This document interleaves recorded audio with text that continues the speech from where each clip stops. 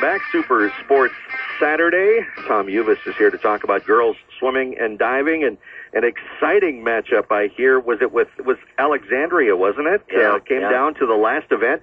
Swimming meets don't usually do that, Tom. That must have been really exciting for you and the girls.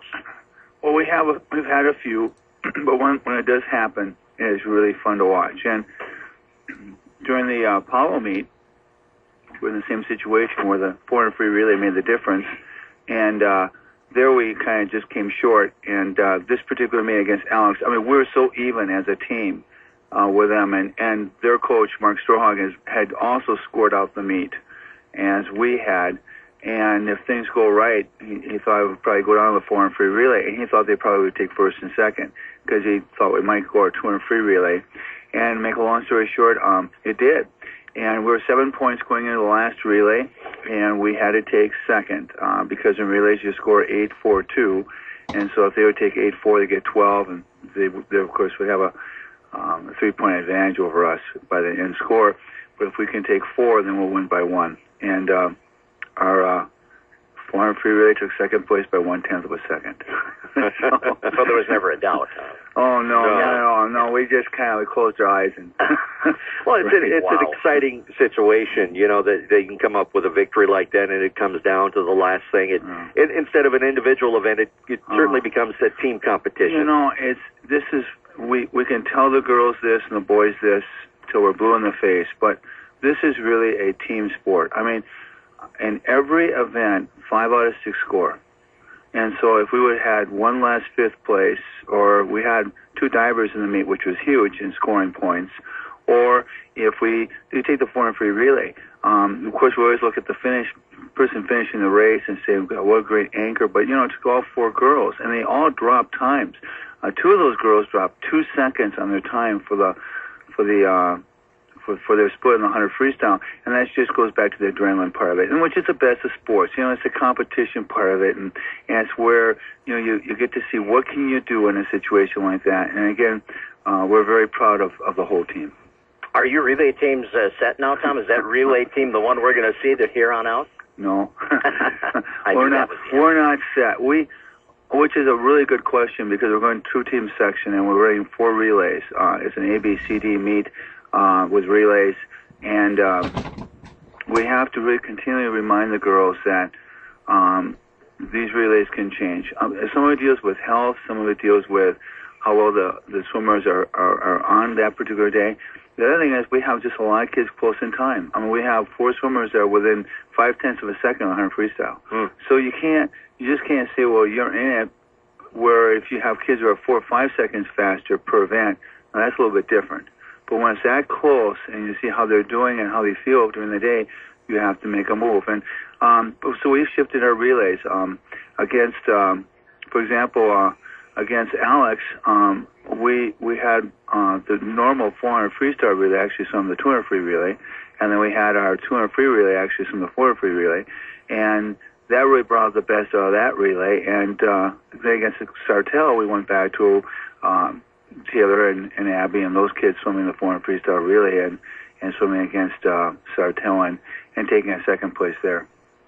And you had a couple of your leaders win their events again. Taylor Monk won 2 events. Abby Fisher won a couple of events. And your relays, as we mentioned, taking first place in the medley and the 200 free. So you had a lot of first place finishes against the Cardinals. We're extremely pleased with the consistency of those that really perform. You take Rachel Appert. I mean, she's so consistent in diving, and is diving really fantastic. And taking 3rd place in the honor invite is no slight whatsoever because the visitation diver will be going to state, and so will the DO divers. So she basically was competing against 2 state divers and doing so well against Sartell. And same story there, by the way. They have a state diver, and of course Alexandria, she did very well by winning it.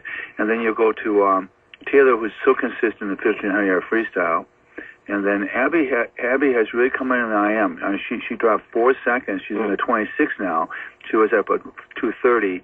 And that's significant for us because we need to get her down to about 23. And now she's just beginning to get a little bit better conditioning, a little bit better feel for that race.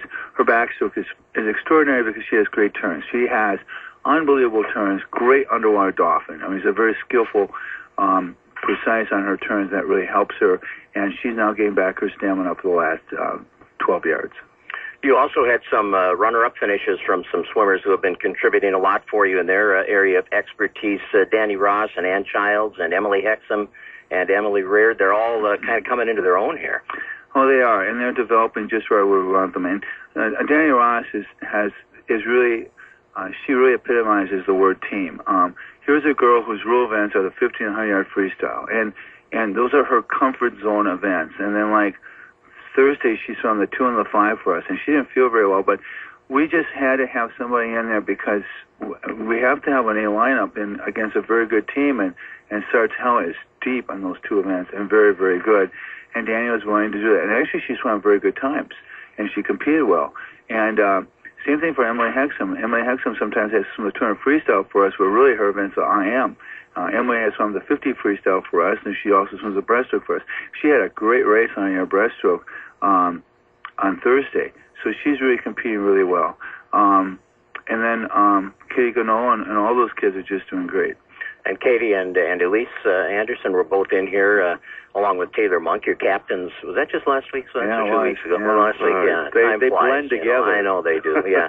But not only some good swimmers there, but some good representatives of your program. Oh, yeah. Well, isn't it fun? We've got these athletes coming right after me, so I'm getting a little nervous here because I don't know how good I'm going to do. But listening to the boys football players and how articulate they were, and how what inside wisdom they have in football, and then again talking and when we have cross country coming up in soccer and more, same thing. We're gonna hear some really interesting things about the sport that as coaches sometimes we're not aware of. And every time I listen to when our captains are on, I'm taking notes because I'm learning a few things about them. Like Elise Anderson wants to swim the IM, which I was not aware of. And I might have her try it Thursday. But Elise has had a phenomenal year. I mean, she started out kind of a little slow and kind of tentative, but now she's getting her own. And, success breeds success. And she's from a great 150 freestyle. She's so consistent in her times, and she's dropping times because she had a great 100 split in the 400 free relay Tuesday night and so on and so forth. So it's fun to watch these athletes develop within themselves, and that's what it's all about. I think 2 of the 3 sweds, when we asked them what sport they'd be in if they weren't in swimming, they said cross country. Yeah. So maybe you should have a 7-mile run or something for them as a part of their practice. If we had time to really train, a little dry land. We would be on the track, and I really mean that. Yeah. I would love to do that. We don't have enough time. But really, the cross training really helps, and same thing for the cross country runner should be swimming sometime because. And you've been trying to get Billy and Annie to swim for years. I am working hard on that. But really, and same for soccer. When her for soccer come in one time, because a lot of it's just physiology. You get to hold your breath. You do hypoxic swims, which will build up your cardio, and plus it relaxes you and your kicking and whatnot. So if I had my dream, that pool would be open a lot, and we'd bring the soccer guys in just for a little kicking, and same thing for the cross-country people. Oh, Tom, you'd steal them all for your swimming team. I would work. No, I would not. No, listen, we just want kids involved in sports, and we're excited about wherever they go. And we really do like kids playing 3 sports. Like Jake Fisher is playing. We have 3 swimmers on the soccer team right now, and I'm delighted by that. Although one did get hurt.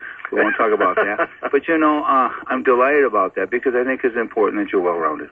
Yeah, there's no question. We have swimmers and running, too. We didn't really talk about the Otter Invitational visitation back in town and brought a great bunch of swimmers. But you guys placing 3rd behind 2 very good teams. I just want to give a plug for Perm. And, they've done so well and well coached by Sherry Ressler whenever I can get a chance to compliment a neighboring team like that, and they have really good freestylers. They're 200 freestylers. She'll have a couple go to state. I mean, they're really solid. I mean, I saw their times, and I was watching this one girl swim, and I thought, wow, you're the real deal. So they swam really well. They had good depth, and so we came in 3rd behind Purim. Visitation, they're deep. They got 42 swimmers. Wow. It's a totally different world in the cities. I mean, no matter how you say it, it's just a different world. A lot of these kids do train 12 months out of the year in swimming. They're much more, that's their world, and we understand that. But hats off to Naomi and Nathan. They're great coaches, and they have a great balance with the program. What's kind of fun is they do some of our sets, so it's kind of neat. We've had sets that they've done as athletes, and they bring them back. There's an Oregon IM set. There's a fly set called Shots, which is kind of fun. But, they do some of those sets, so they told me about that. And the girls say, "You kidding me? We're not going to do that." And they blend that in. And visitation, this is their highlight of their whole season. They look so forward to coming to Fergus Falls. They love the community. And you talk about, these people from the cities, they come up here and they spend, a day and a half with us, and they come back and they talk about Fergus. They talk about the restaurants. They talk about the school. They're very impressed by the addition to our school.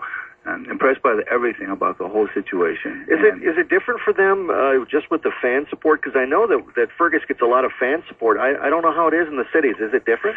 Well, and this particular team gets tremendous fan support. Okay. They really do. It's probably more of a private parochial school, as we know, but the whole parents come up. The parents come up with the kids, and then I don't know if they took 2 buses. I'm not sure. But anyway, the parents on the deck, they have their own. They had 2 different coolers of food for the kids on the deck, and the mothers brought them down. And then afterwards, the mothers, thanked us and thanked anyone they could thank, about what a nice meal it was, and the concessions, the whole bit, and also the sportsmanship by all the kids. He hardly talked about swimming. And we didn't even get to Sartell, which we should mention briefly. This is a very good swimming team, Tom. They came in and beat you 109-71 the other night, but you told me this Marissa Wood is possible Olympic trial material here in the not-too-distant future, and she's set another new record. Well, we try to have our kids watch her because you learn a lot by watching great athletes. And during warm-ups, I took 4 or 5 7th and 8th graders. I say, "Hey, let's sit here. Let's just watch this girl warming up because I want you to watch some of the drills she's doing and sculling and whatnot." And it's really fun to watch. She does her own warm-up. She gets in the water over there and she kind of does her own little thing, and she warms up for the team, and so on and so forth. She's just a nice kid. She's like a Heidi Buzak and a Stacy Buzak, and these kids that come through the programs, people appreciate them for who they are, not for just them being talented, and that's what she is. I think she set a pool record in the 200 freestyle. I'm not even sure, but it's 1:54, which is a phenomenal time. She did 5:07 in the 500, but better than that, I think she's just a great kid, and we wish her the best. How tired are you guys? 4 meets in 7 days? This team did fantastic. I remember, I can't hardly believe it. We had 18 best times Thursday. I mean, I was just shocked. We've been tracking our times a little because as coaches, we're really trying to figure out what we're doing or where we're going with this. And it's not all about the score, but they're amazing girls. They really are. They have really improved, and we are just excited for them. And Delaney Shera is just doing great. Her times are pretty consistent, but the way she races is pretty incredible. And she's a senior, and it's just fun to watch her blossom like that. Ann Childs in the fly is doing phenomenal. Anna Van Valkenburg is a person you can see as she has such a support group because of the type of person she is. And here her goal is to just always improve time in the 500, and she does it. She's just doing well, and she gives it everything she can. Ingrid Nickelman, who's a sophomore, did a really good job, especially in the 20-yard freestyle. I thought, especially Thursday, I thought she looked really good in that event. And I think she's one also that's wanting to do anything for the team. You just mentioned it. And we don't talk about our freshmen very often, but Kaylin Colbeck is looking really good in the sprints. And Emily Hawk, who's a sophomore in the backstroke, has done very good. And Kayla Hexum has really helped us, and especially the breaststroke and the relays. All right. You get a little time off here, right? Next Thursday recording? Yeah, we're real excited about that. We have 3 days, but what's interesting is we don't have a pool, so isn't that interesting? They have to put a brand new pump in, so this will be the week they're going to do this. So we're going to go to the YMCA and practice a little bit later at night. But you know what? It'll be good for us, and we have Rocori away, and then we have True Team on Saturday. I was going to say, because of True Team, does that cause you to maybe adjust your lineup on Thursday? Or yeah, not? It does, but we're really hoping that we have a chance to. We're a little bit even with Rocori, maybe a little bit better, at least time-wise, so that's a meet we really want to do well. Normally what we do, Jeff, is we probably swim really off events if we could. Mm-hmm. I don't know if we have the luxury this year, and maybe it's just good that we just swim our normal events too, especially with our training at the Y, because that's going to be a little bit interesting for us. And it is a meter pool though, so it does help us a little bit, believe it or not. But it's just a little bit different, and that might be great for us too. You're going to be right in the running there for the true team. You going to be up there? We should be top 3, I think. I don't know if we have the depth yet to get right in there. It'd be fun to watch to see what Bemidji has. But, we'll be able to stack pretty well. This will be a really curious meet for us, and it's going to be a precursor to our section lineup. We want to see what we can do with sections. So we're probably running basically a section lineup and see if this really works for us. So anything can happen. Sounds good, Coach. All right, Tom. Well, thank you very much. Thanks for coming out.